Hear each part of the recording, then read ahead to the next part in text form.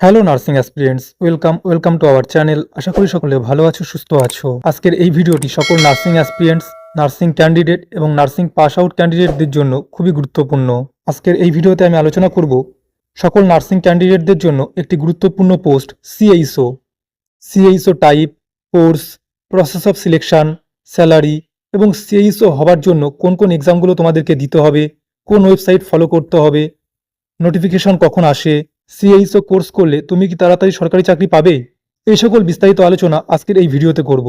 এছাড়াও এই ভিডিওটি গুরুত্বপূর্ণ হবে যারা কন্ট্রাকচুয়াল সিএইচওতে যোগদান করতে চাচ্ছ তাদের জন্য। এই ভিডিওতে আমি তোমাদেরকে বলবো পার্মানেন্ট সিএইচও এবং কন্ট্রাকচুয়াল সিএইচও কি, কিভাবে তুমি এই পোস্টে জয়েন করবে। ভিডিওটি শুরু থেকে শেষ অবধি দেখো। ভিডিওটি যদি তোমার কাছে ইনফরমেটিভ মনে হয় তাহলে অবশ্যই একটা লাইক করো এবং প্রচুর পরিমাণে শেয়ার করে দিও।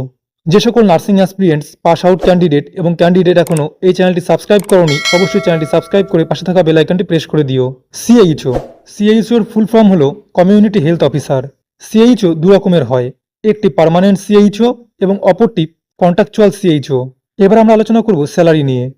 যারা পার্মানেন্ট সিএইচও হয় তাদের স্যালারি মান্থলি 35 থেকে 40,000 হয় এবং যারা কন্ট্রাকচুয়াল সিএইচও হয় তাদের স্যালারি 20 থেকে 25,000 হয়।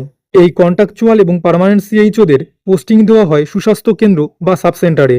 প্রত্যেকটা গ্রামেই একটা করে সুস্বাস্থ্য কেন্দ্র এবং সাবসেন্টার থাকে। ওই সাবসেন্টারে একজন করে সিএইচও থাকে। তার দায়িত্ব থাকে ওই সাবসেন্টারের যতটা এরিয়া আছে ওই এরিয়ার মানুষের স্বাস্থ্য সম্পর্কে আলোচনা করা এবং তাদেরকে সচেতন করা। পার্মানেন্ট এবং কন্ট্রাকচুয়াল সিএইচওদের ডিউটি করতে হয় সকাল 9টা থেকে বিকেল 4টে পর্যন্ত। সোম থেকে শনি তাদের ডিউটি হয়, রবিবার ছুটি থাকে। এছাড়াও পার্মানেন্ট সিএইচও এবং কন্ট্রাকচুয়াল সিএইচওরা সরকারি ছুটি পায়। যারা কন্ট্রাকচুয়াল সিএইচও থাকে তাদেরকে পার্মানেন্ট সিএইচওর মতনই কাজ করতে হয়। এবার আমরা আলোচনা করব সিলেকশন প্রসেস নিয়ে। পার্মানেন্ট সিএইচও তুমি নিজে হতে চাইলে পারবে না। পার্মানেন্ট সিএইচও গভর্নমেন্ট যদি চায় তাহলে তুমি হতে পারবে। এবার তোমরা বলতে পারো, স্যার কেন এই কথাটা বললেন? তোমাদেরকে বলবো ভিডিওটা শেষ পর্যন্ত দেখো, তোমাদের উত্তর তোমরা নিজেরাই পেয়ে যাবে। পার্মানেন্ট সিএইচও হতে গেলে তোমাকে ওয়েস্ট বেঙ্গল হেলথ রিক্রুটমেন্ট বোর্ডের আন্ডারে যে স্টাফ নার্স গ্রেড 2 এর পরীক্ষাটি হয় ওই পরীক্ষাটায় তোমাকে উত্তীর্ণ হতে হবে। এরপর সরকার যদি চায় যে তোমাকে পার্মানেন্ট সিএইচও পদে নিয়োগ করবে তাহলেই তুমি নিয়োগ পাবে, না হলে পাবে না। কিন্তু এই কন্ট্রাকচুয়াল সিএইচও পোস্টটি সম্পূর্ণ আলাদা। এই কন্ট্রাকচুয়াল সিএইচও এর ভ্যাকান্সি বের হয় ন্যাশনাল হেলথ মিশন NHM থেকে। তোমরা চাইলে www.wbhealth.government.in এই ওয়েবসাইটটা চেক করতে পারো। এখানে কন্ট্রাকচুয়াল সিএইচওর ভ্যাকান্সি বের হয়। এরপর তোমাদেরকে ফর্ম ফিল আপ করতে হয়। তোমরা ওয়েবসাইট চেক করবে, ওয়েবসাইটে ভ্যাকান্সি রিলেটেড তথ্য পেয়ে যাবে। বছরে 2 থেকে 3 বার এই কন্ট্রাকচুয়াল সিএইচও নিয়োগ করা হয়। এবার আমরা আলোচনা করব ফর্ম ফিল আপ করার পর কি করতে হবে। কন্ট্রাকচুয়াল সিএইচও হতে গেলে তোমাদেরকে একটি পরীক্ষা এবং ইন্টারভিউ দিতে হবে। এই কন্ট্রাকচুয়াল সিএইচও বা পার্মানেন্ট সিএইচও হতে গেলে তোমার কোয়ালিফিকেশন অবশ্যই BSc nurse pass out, post basis BSc nurse pass out অথবা জিএনএম নার্স পাস আউট হতে হবে। অর্থাৎ BSc nurse, post basis BSc nurse এবং জিএনএম নার্স পাস আউট না হলে তুমি এই পরীক্ষাটি ফর্ম ফিল আপ করতে পারবে না। এই পরীক্ষায় পাশ করার পর শুধুমাত্র জিএনএম ক্যান্ডিডেটদের জন্য সিপিসিএইচ কোর্স করতে হয়, কিন্তু যারা বিএসসি এবং পোস্ট বেসিস বিএসসি নার্স তাদের কিন্তু এই সিপিসিএইচ কোর্সটি করতে হয় না, কারণ তাদের সিলেবাসের মধ্যে এই কোর্সটি ইনক্লুড থাকে। তাই এই এক্সাম দেওয়ার পর বিএসসি নার্স এবং পোস্ট বেসিস বিএসসি নার্সিং স্টুডেন্টদের ডাইরেক্ট পোস্টিং দেওয়া হয় তাদের মেরিটের উপর ভিত্তি করে। কিন্তু যে সকল স্টুডেন্ট জিএনএম কোর্স করে এই পরীক্ষাটি দেয় তাদেরকে এনটিএসে সিপিসিএইচ কোর্সটি করানো হয়।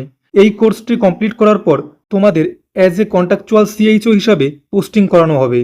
এবার আমি তোমাদের সাথে আলোচনা করব এই কন্ট্রাকচুয়াল সিএইচও হতে গেলে কি কি যোগ্যতা লাগে। প্রথমত BSc nursing pass out, post basis BSc nursing pass out অথবা জিএনএম নার্সিং পাস আউট হতে হবে। শুধুমাত্র পাস আউট হলেই হবে না, এই পাস আউট হতে হবে WBNC রেজিস্ট্রেশন প্রাপ্ত কলেজ অথবা এনটিএস থেকে। এছাড়াও লাগবে রেজিস্ট্রেশন সার্টিফিকেট, প্রভিশনাল সার্টিফিকেট। যদি কেউ বাইরের রাজ্য থেকে বিএসসি নার্সিং অথবা জিএনএম নার্সিং করে থাকো তাহলে এই স্টেটের রেসিপ্রোকাল সার্টিফিকেট থাকতে হবে, তাহলে তুমি অ্যাপ্লাই করতে পারবে। পশ্চিমবঙ্গের স্থায়ী বাসিন্দা হতে হবে, বাংলা লিখতে এবং পড়তে জানতে হবে। এছাড়াও আরেকটি গুরুত্বপূর্ণ বিষয় হলো তোমাকে competency in MS office and internet access জানতে হবে। লোকাল ল্যাঙ্গুয়েজ এবং বাংলা ভাষা লিখতে পড়তে এবং বুঝতে জানতে হবে। Contractual CHO form fill up করার জন্য এজ লিমিট হতে হবে 40 বছরের নিচে। তোমাদেরকে একটু আগে বললাম তোমরা ফর্ম ফিল আপ করার পর তোমাদের একটি রিটেন এক্সাম হবে এবং ইন্টারভিউ হবে। এখন আমি তোমাদেরকে বলবো যে এই রিটেন এক্সাম কত নম্বরের থাকে এবং ইন্টারভিউ কত নম্বরের থাকে। তোমাদের টোটাল নম্বর থাকে 100, তার মধ্যে রিটেন এক্সামে নম্বর থাকে 85 এবং ইন্টারভিউয়ে নম্বর থাকে 15। যে সকল ক্যান্ডিডেট রিটেন এক্সাম এবং ইন্টারভিউ ক্লিয়ার করবে তাদের মধ্যে যারা জিএনএম আছো তাদেরকে সিপিসিএইচ কোর্সের জন্য সিলেক্ট করা হবে এবং বাকিদেরকে পোস্টিং দিয়ে দেওয়া হবে। এবার আমরা আলোচনা করব এই সিপিসিএইচ কোর্সটি কি, কত মাসের হয় এবং কোথায় করতে হয়। সিপিসিএইচ কোর্সের ফুল ফর্ম হলো certificate programme in community health. এই কোর্সটি 4 মাসের হয়। এই কোর্সটি পশ্চিমবঙ্গের কিছু কিছু এনটিএসে করানো হয়। পশ্চিমবঙ্গের সব এনটিএসে এই সিপিসিএইচ কোর্সটি করানো হয় না। এই সিপিসিএইচ কোর্স চলাকালীন তোমাদের ক্লাস করতে হবে, এক্সাম হবে, প্র্যাকটিক্যাল এক্সাম হবে, ফিল্ড ওয়ার্ক হবে, হেলথ টক হবে। এই সিপিসিএইচ কোর্স চলাকালীন তোমাকে প্রতি মাসে 10,000 টাকা স্টাইপেন্ড দেওয়া হবে, অর্থাৎ 4 মাসে তোমাকে 40,000 টাকা দেওয়া হবে। তোমরা অনেকে আমাকে কমেন্ট বক্সে কমেন্ট করেছো যে এই সিপিসিএইচ কোর্স তোমরা যে এনটিএসে করবে সেখানে কি তোমরা হোস্টেল ফ্যাসিলিটি পাবে? তো তোমাদেরকে বলে রাখি, তোমরা এই সিপিসিএইচ কোর্সটি যে এনটিএসে করবে সেখানে তোমাদেরকে কোনো হোস্টেল দেওয়া হবে না, অর্থাৎ এই কোর্সে কোনো হোস্টেল ফ্যাসিলিটি নেই। তাদের ওই ইনস্টিটিউটের আশেপাশে বাড়ি ভাড়া নিয়ে থাকতে হবে। এই কোর্সটি কমপ্লিট করার 3 থেকে 4 মাসের মধ্যে তোমাদের অ্যাজ এ কন্ট্রাকচুয়াল সিএইচও হিসাবে পোস্টিং দেওয়া হয়। এবার তোমাদের অনেকের মনে একটি প্রশ্ন আছে যে এই সিপিসিএইচ কোর্স চলাকালীন তুমি যদি এই কোর্সটি ছেড়ে দাও তাহলে কি হবে? তাই তোমাদেরকে বলবো, সিপিসিএইচ কোর্স 4 মাসের। এই 4 মাসের মধ্যে তুমি যদি এই কোর্সটি ছেড়ে দাও তাহলে তোমাকে 50,000 টাকা পর্যন্ত পেনাল্টি দিতে হবে। প্রতি বছর কন্ট্রাকচুয়াল সিএইচও নিয়োগ করা হয়। এই নিয়োগের ভ্যাকান্সি এনএইচএম থেকে বের করা হয়। বছরে 2 বার অথবা 3 বার এই ভ্যাকান্সি আসে।